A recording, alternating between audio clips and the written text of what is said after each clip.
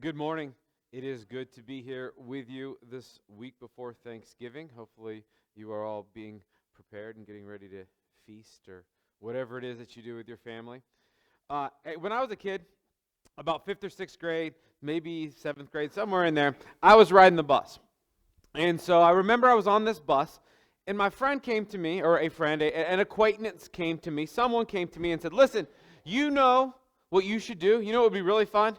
You should yell out the window and swear. And I was like, no, I don't do that. And listen, you know, if you grew up with me and you grew up in my family, you knew that, listen, swearing really wasn't that big of a deal, all right? I mean, I heard lots of letters, but for some reason in my life, I never really got into the habit of doing such things. Like I had every opportunity to do such things, plenty of friends that would do such things, plenty of other things, but for me, it was never that. In fact, I remember one time my dad said, you know what swearing is? Swearing is just showing your ignorance. It's because you don't have anything else better to say. And I thought that was kind of funny coming from him, but I'm not going to really get into that very much because I'm like, but I hear some of the words that you say, and so that doesn't make any sense to me. But anyway, you know, he at least tried to teach me the right way, whether or not he lived it the right way or not, or used the right words all the time weren't there. But I was on this bus, and my friend was like, hey, you should do this, and I'm like, no, I'm probably not going to do that. No. He's like, no, it'll be really awesome. Just, put down the window, when you're on the buses, you got to push those things in, and it slides down, right? And just yell out the window. And I remember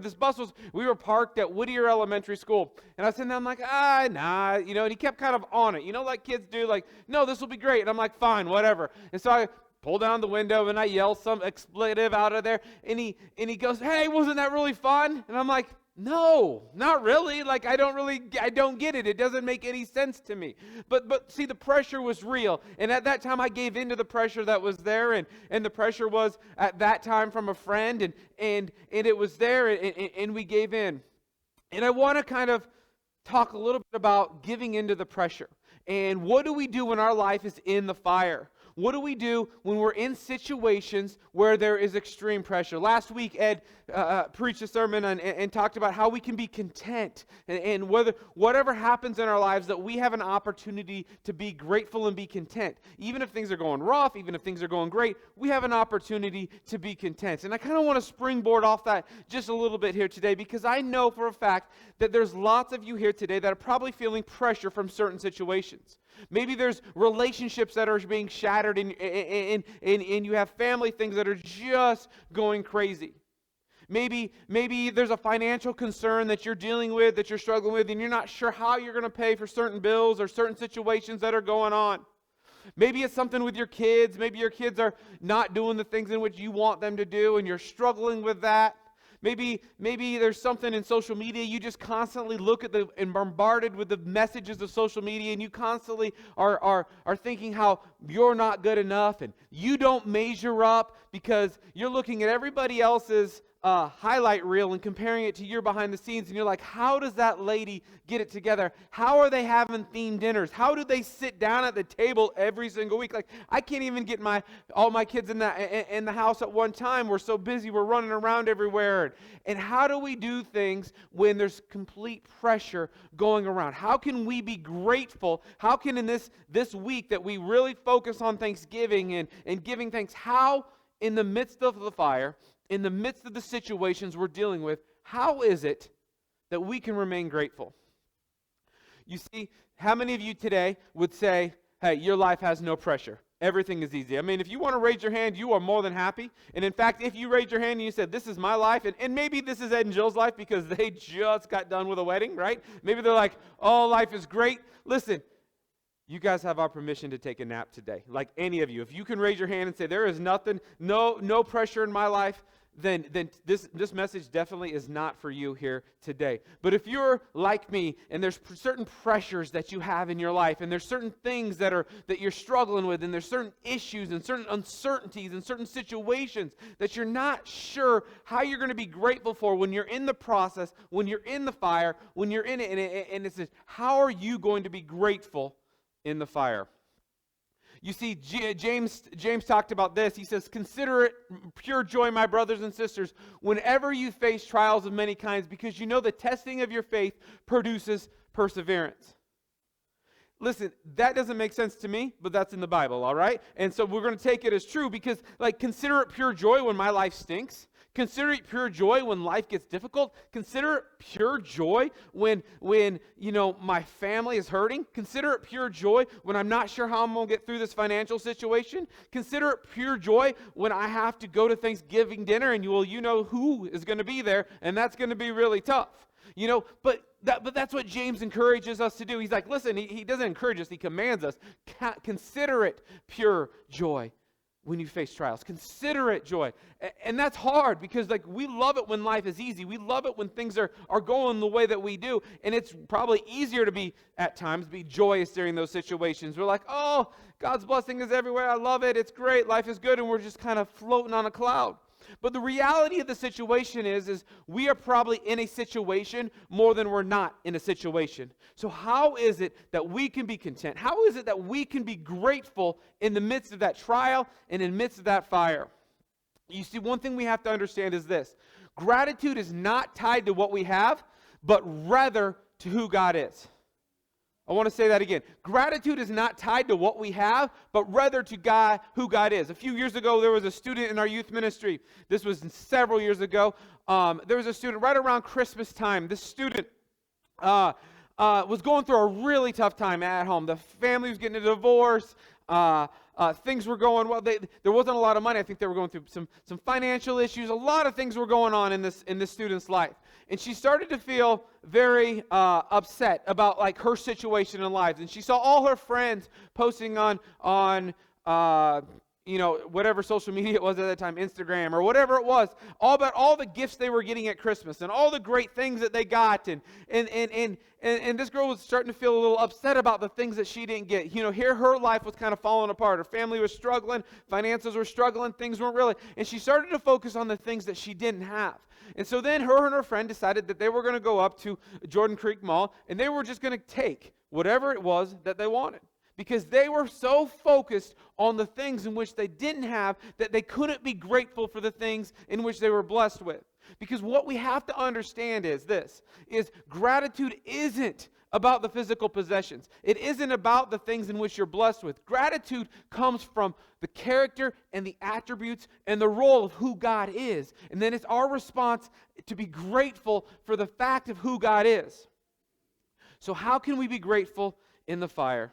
So we're going to read about half the Bible today. It's going to be a lot. I don't usually read about this many verses in a row. But we're going to start in Daniel chapter 3. If you have your Bibles, you can turn there. If not, it's going to be up on the screen. And like I said, it's numerous slides and numerous verses. But I don't know what to pick and choose because it's just a really good story. But Daniel chapter 1, the context of what goes on in Daniel chapter 1 simply is this.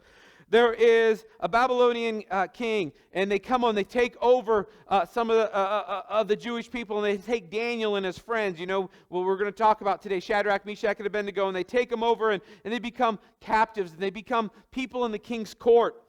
And so these boys, when they were taken, they were probably between the ages of 14 and 17, and they were just teenagers at the time, and it was somewhere around 605 BC, so somewhere about when Rose was born, somewhere in there, so we're good. I'm just kidding, Rose, just kidding.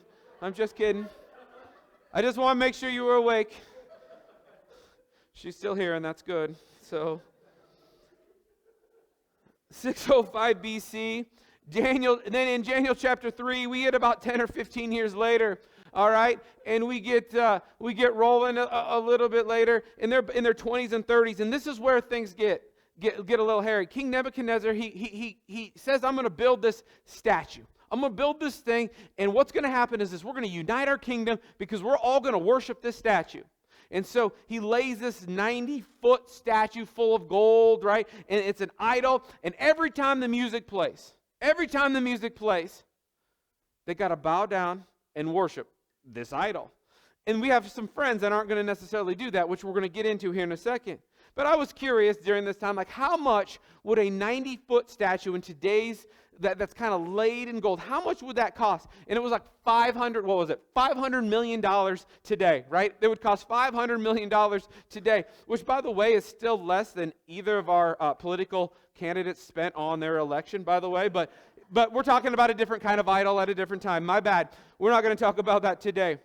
But this is the thing. So he makes this statue. He makes this statue, and he's like, listen, you got to bow down and worship it. And if not, you're going to get thrown into the fiery furnace. And you're like, wait a second here. And so if you refuse to give in to the pressure, and the pressure was real, the pressure was costing them their lives and challenging them with their livelihood and everything. If they didn't bow down, they were going to be tossed in. So let's pick up in Daniel chapter 3. And like I said, we're going to read lots of verses here today. So read with me. But some of the astrologers went to the king and informed on the Jews. They said to the king Nebuchadnezzar, long live the king. You issued a decree requiring all the people to bow down and worship the gold statue when they hear the sounds of the horn, flute, zither, lyre, harp, pipes, and other musical instruments. That decree also states that, that those who refuse to obey must be thrown into a blazing furnace.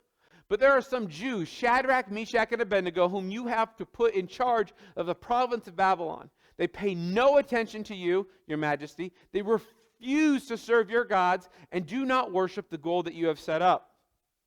Then Nebuchadnezzar flew into a rage and ordered that Shadrach, Meshach, and Abednego be brought before him. When they were brought in, Nebuchadnezzar said to them, is it true, Shadrach, Meshach, and Abednego, that you refuse to serve my God or to worship the gold statue that I have set up? I will give you one more chance to bow down and worship the statue I have made when you hear the sound of your musical instrument and the musical instruments. But if you refuse, you will be thrown immediately into the blazing furnace. And then what God will be able to rescue you from my power? Shadrach, Meshach, and Abednego replied, O Nebuchadnezzar, we do not need to defend ourselves before you. If we are thrown in the blazing furnace, the God whom we serve is able to save us. He will rescue us from your power, your majesty. But listen, even if he doesn't, we want to make it clear to you, your majesty, that we will never serve your gods or worship the God in the statue you have set up. So listen, this is kind of the key verses that I want you to focus on. I bolded them, I made them bigger so that they emphasize, so that you could understand. We're going to talk about this more here in a second. But listen, Shadrach, Meshach, and Abednego, when faced in the midst of losing their lives, losing everything, these young men decided, like, listen, God is able to save us. He is able, but he may not. And if he doesn't, we're still not going to bow down. What a testimony, what a testament it is that we can use those same things. And we're going to talk more about that here in a second, but let's go on with our story.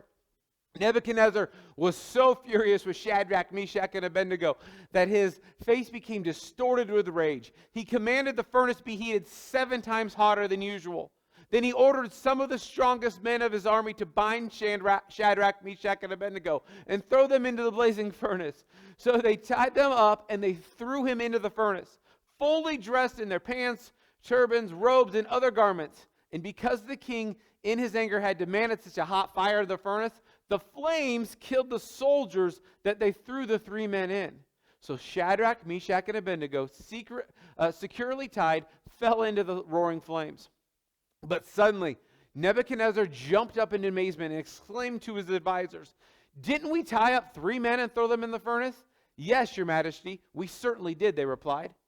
"Look," Nebuchadnezzar shouted, "I see 4 men unbound walking around in the fire unharmed, and the 4th looks like a god."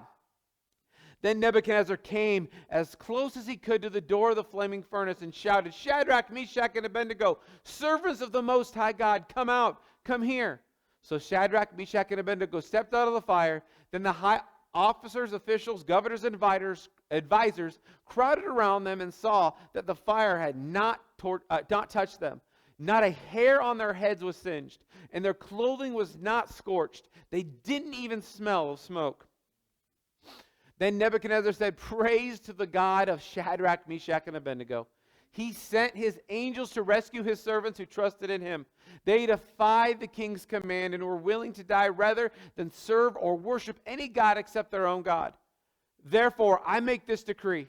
If any people, whatever their race or nation or language, speak a word against the God of Shadrach, Meshach, and Abednego, they will be torn limb from limb, and their houses will be turned into heaps of rubble. There's no other God who can rescue like this." Then the king promoted Shadrach, Meshach, and Abednego to even higher positions in the province of Babylon. You see, being grateful in the fire means that you're thankful that he is able. You see, Shadrach, Meshach, and Abednego, they had enough faith and they had enough strength and enough courage to stand up and say, listen, we serve a God who is able to rescue us. He's able to, and He can. And He's a God that can able and provide, and he can do that. And that same God that Shadrach, Meshach, and Abednego were worshiping and standing strong for is the same God that you and I serve. We serve the same God that is able to help you in your situations, to help you through your situations, to help you in your situation, to relieve the pressure, so to speak, of your situations. He is able.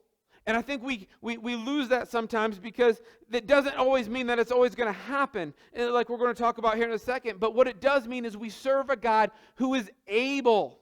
You see, we know that we are greater that He is in us than he that is of the world. We know that no temptation that has overtaken us except such as common to man. But God is faithful, who will not allow you to be tempted beyond what you are able. But with the temptation will also make the way of escape, that you may be able. With God all things are possible. We are more than conquerors in Christ Jesus. We can find verses after verses and themes after themes and stories of where God delivers His people, and God is able to miraculously provide, and that God is able to walk through the difficulties of your situation. And the same thing is true today. Whether it's a relationship that's jacked up, or whether it's finances that are messed up, or whether it's just you not feeling good about yourself on the inside, the pressure is real and that you're in the fire, and we know that God is able to deliver you from the fire, and we can believe that He is able. Next, being grateful. Grateful means being thankful for His sovereignty, not just the outcome. You see, there's this lot of thoughts in life and a lot of things that like, if you're doing good things, then no bad things can happen. And there's sowing and reaping, and we understand that there's consequences for choices and stuff like this. But just because you're faithful doesn't mean you're going to be absent from the pressure. Just because you're serving God doesn't mean that the pressure isn't going to be real. And in fact, it's quite the opposite. Jesus tells us quite the opposite. It's going to be real. It's going to be difficult. It's going to be hard to follow me. It's going to be hard to stand strong when the outside forces and the pressure and the internal battles that we battle on the inside, and the battle of our mind that just sometimes takes over and gets our thoughts totally off base. But we can understand that God has a plan.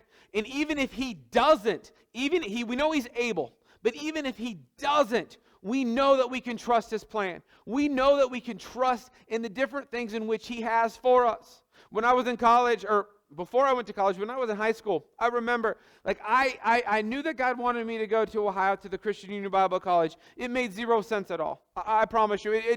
I didn't even really want to go. I grew up in this community. I wanted to stay in this community. It didn't make sense to me to go all the way to Ohio and go to college there. Just didn't. In fact, I tried to negotiate with God from time to time during my senior year. I didn't win, but I tried.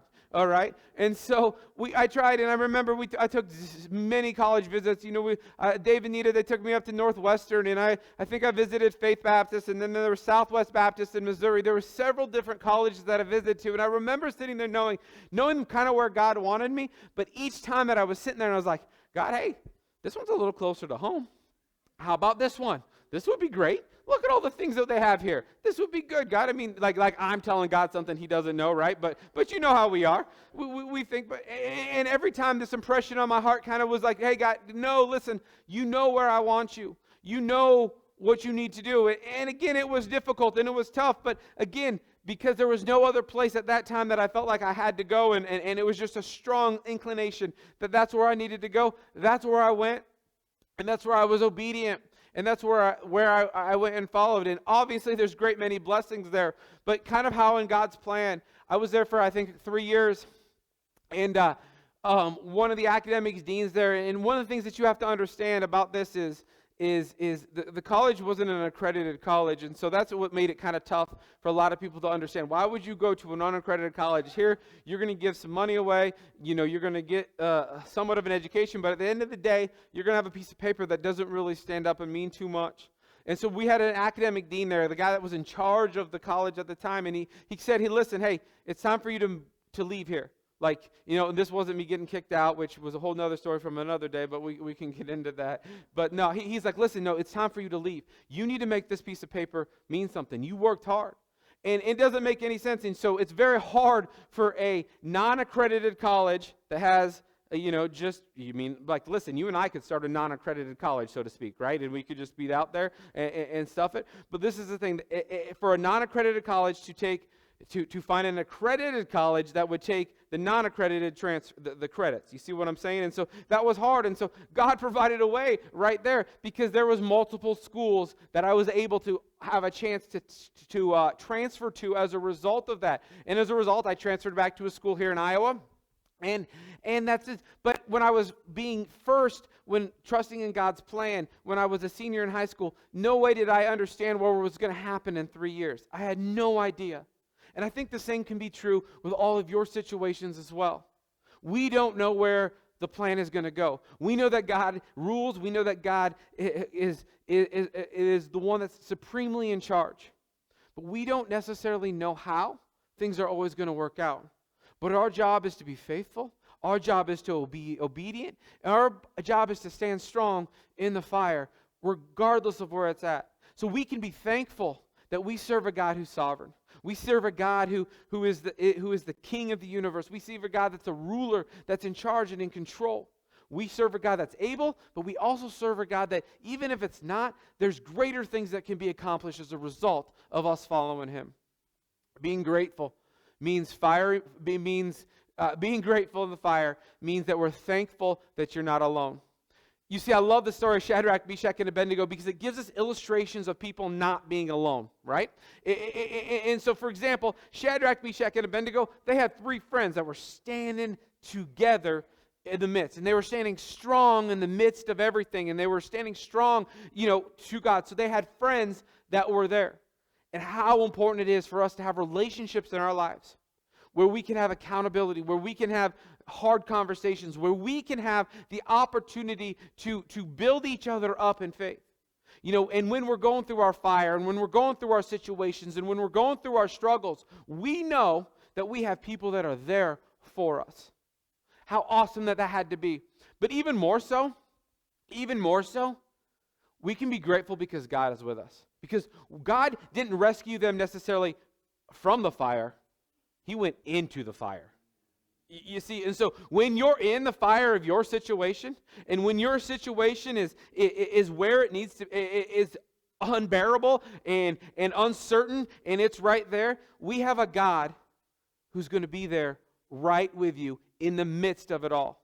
So many times we feel alone. I've been there. I'm sure that some of you have been there as well. We feel alone and like, who is even there? But we know that our feelings, we can't base our truth on our feelings, that we know that we serve a God who's in the fire with us and we're not alone. You see, when I was in 2005, I had a brother. He passed away. And for all of us, obviously, that have experienced loss like that, that can be extremely challenging and extremely hard. And through that time, I remember, one of the hardest things for me, even months kind of after this happened in July, and we're in August, September, October, and just kind of months going by, and everybody else's life seemed to go back to normal a little bit quicker. And everybody else seemed to kind of just be able to move past it. Again, it's part of grieving when you lose somebody, like your family member, somebody really close to you like that. The process of grieving is a long process, lifelong process. And I remember kind of like, I was working at Whittier Elementary again. How ironic, the same school I was like outside swearing at the beginning, and then I have to go work there later, right? With all the kids that are swearing at other people. But anyway, so we can go another time. But anyway, at Whittier Elementary, I remember I was walking there, and every day I'd walk. I lived over by there, and I would walk, and I'd be a little upset, like kind of praying as I was walking, because I was a little bitter and angry. I was a little upset. I didn't like how things went during that time. It was frustrating to me, in the midst of the fire.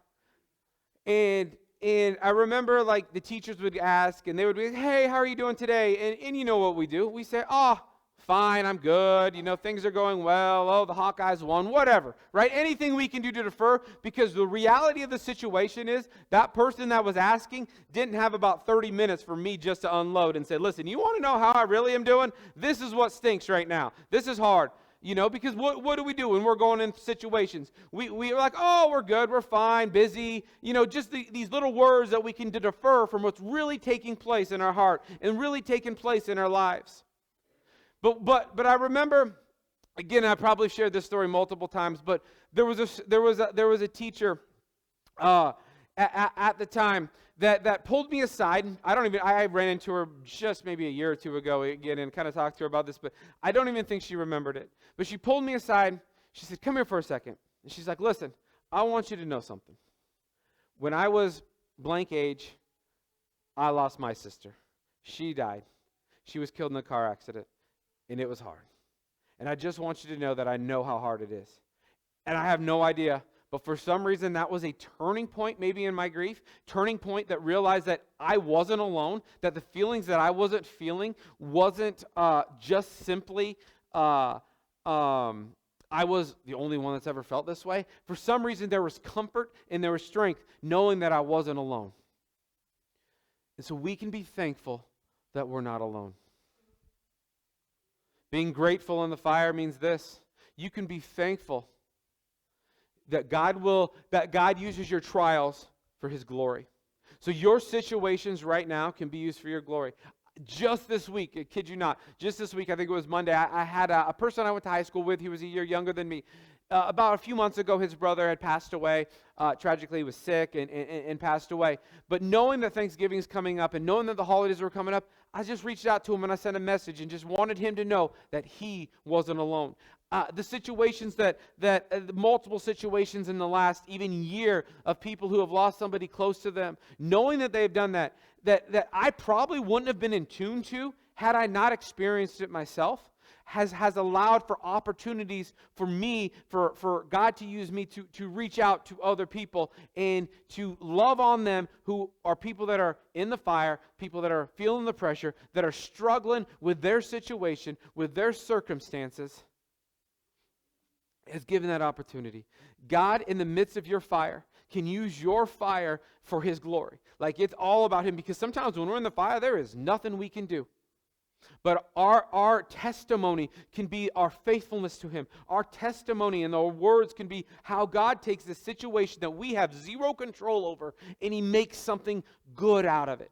Count it joy when you face these trials. Count it joy when these situations and this pressure that you're feeling. Can you have joy when you're in the fire, when you're in the situation, when even Shadrach, Meshach, and Abednego were completely obedient to God, and look where that got them. It got them thrown in the fire, right?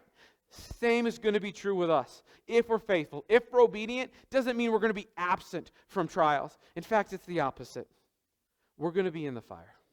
But we know that we're not alone in the fire. We know that when we're in the fire, that's where His glory can be revealed, that we can understand the character and the goodness of God. Would you bow your heads with me for a second? Worship team, would you come on up? We're not grateful for what we have. We're grateful for who God is.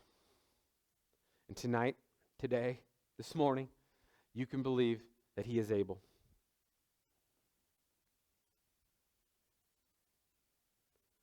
And do you believe that He is able to get you out of your situation? Do you believe that He can help you in your fire and in your pressure? Do you believe He's sovereign? Do you believe that He has a plan? Do you believe that He's complete ruler? Do you believe that He's the King? Because you can be thankful that even when you're not in control, we know who is.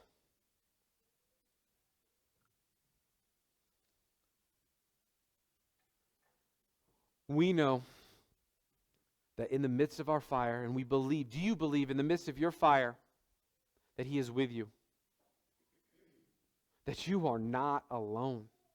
Not only are there people here that love you and care about you here within our church, but there is a God that will walk with you, drag you, carry you when we're in the midst of that struggle, in the midst of that trial.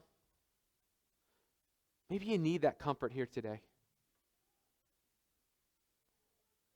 Or maybe you need to look for ways in which His glory can be revealed. Shadrach, Meshach, and Abednego, they stood strong. And as a result, their God was proclaimed in the kingdom. As a result, their God was the one that started to be worshipped. Because of their faithfulness, because of their obedience. God took the fire and He brought more people to Him.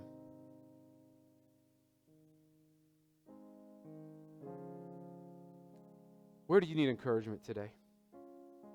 What situation are you facing that seems struggle, that seems hard, seems bleak? Is it a health concern? Is it a financial concern, relationship concern, something else? You know what you're dealing with. Can we spend a moment here just thinking about that? Thinking about the God that is able?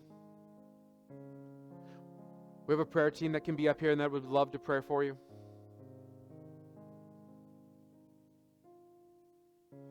But He is able. The song we sang before I came up here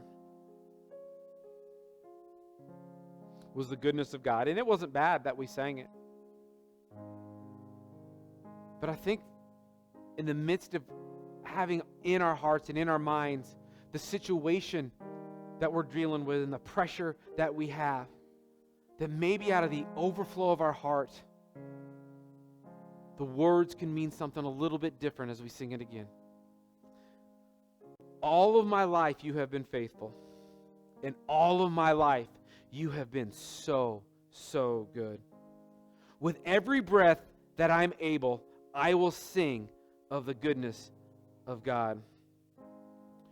One of the other verses says this, I love your voice. You have led me through the fire. In the darkest night, you are close like no other.